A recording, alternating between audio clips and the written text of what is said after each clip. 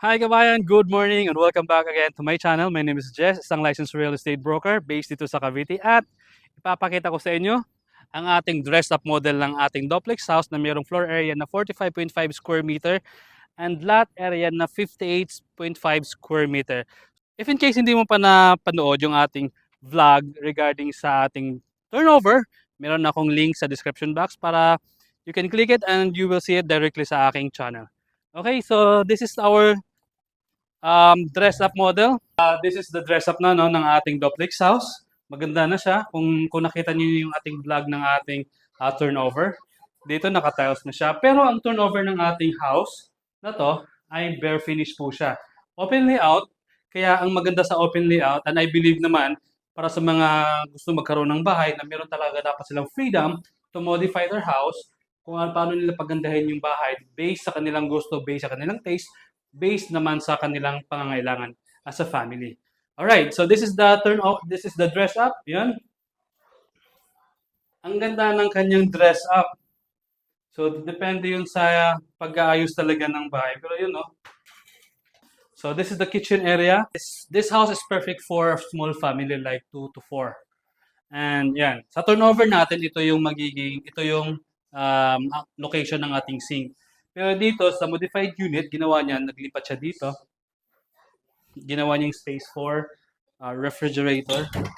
And same pa din dito, ang ating service area. Kitchen area pa din to.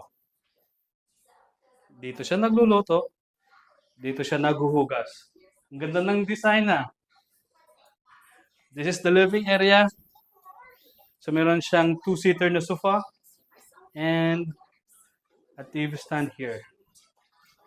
Now let's check sa second floor. Hi, just stay here ha. Welcome sa ating second floor. Again, this house, open layout siya, no? And bare finish yung turnover natin dito. And provision for 2 to 3 bedrooms. Ang ginawa niya dito, ginawa niya talagang 3 bedrooms. Pasukin muna natin itong una. So, yan, meron siyang double decker na bed for kids. Galing yan, no? Tapos meron siyang space dito for cabinet. Another small bedroom. Ang cute. See? Pang kids lang to na size. And this is the master bedroom. Ayan.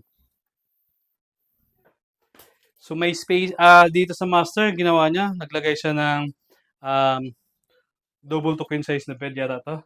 Then meron pa din siyang space for cabinet, see? So depende sa pagpapaayos mo talaga. Bibi, masira yan. Depende sa pagpapaayos mo ng bahay. Kahit bare finish, yun ang maganda sa bare finish kasi nagagawa mo yung gusto mo sa property mo. Like for this, for example, this one. Ayun, yun ang ating dress up model ng ating duplex house dito sa Maple Tree. So yan guys, ang ating dress up model ng ating duplex house na mayroong floor area na 45.5 square meter dito sa Maple Tree Residences.